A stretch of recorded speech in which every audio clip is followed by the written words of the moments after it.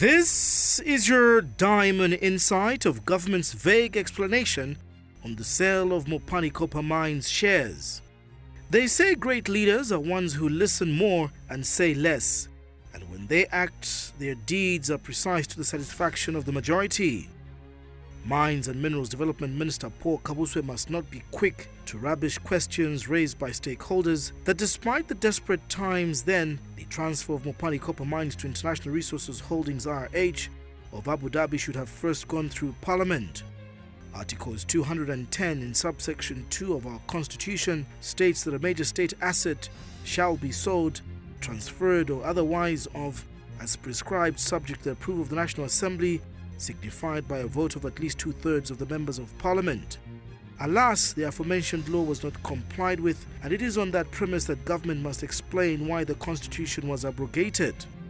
Even then, the apparent cap of secrecy on the terms of the 51% shares awarded to the Abu Dhabi investor is worrying, since it is only reasonable that disposal of national assets, terms and conditions should be laid bare. Recently, we are aware that following the RIH's injection of $1.1 billion into Mopani copper mines, a negotiated payment of $400 million to clear debt was paid by government to Glencore's Swiss-based subsidiary Kalisa Investments Corporation. It is from this transaction that it is all too clear that Mopani has been sold, so again we ask, why was the National Assembly not involved? According to the Companies Act number 10 of 2017, section 188 subsection 2 reads, and we quote, "For the purpose of transferring shares, a share transfer form signed by the present holder of the shares or by the personal representative of the present holder shall be delivered to in A, the company, or B, an agent of the company who maintains the share register in accordance with sections 194. In 3, a share transfer form shall, where registration as a holder of the shares imposes a liability to the company on the transferee, be signed by the transferee." End of quote. From the law we have read, the nation demands to be availed clear and full details of what is involved in the sale or indeed transfer of 51% of our asset in Mopani to IRH as an investor.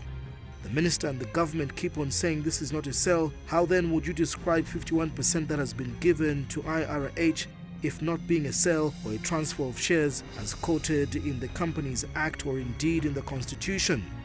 This matter has exposed a steep gap of disregard of the very Constitution that the UPND government swore to protect, so as to stand on the mountain and chastise stakeholders demanding transparency in gross negligence. Yes, it is too late, the deal was signed, but let the New Dawn administration regime explain why an alleged shortcut was sought in the first place to avoid legal implications that will haunt it someday. Even if the argument is that government legal advisor and the Attorney General gave his legal opinion, we have historical experiences where advice of the Attorney General, we've been told, has been ignored.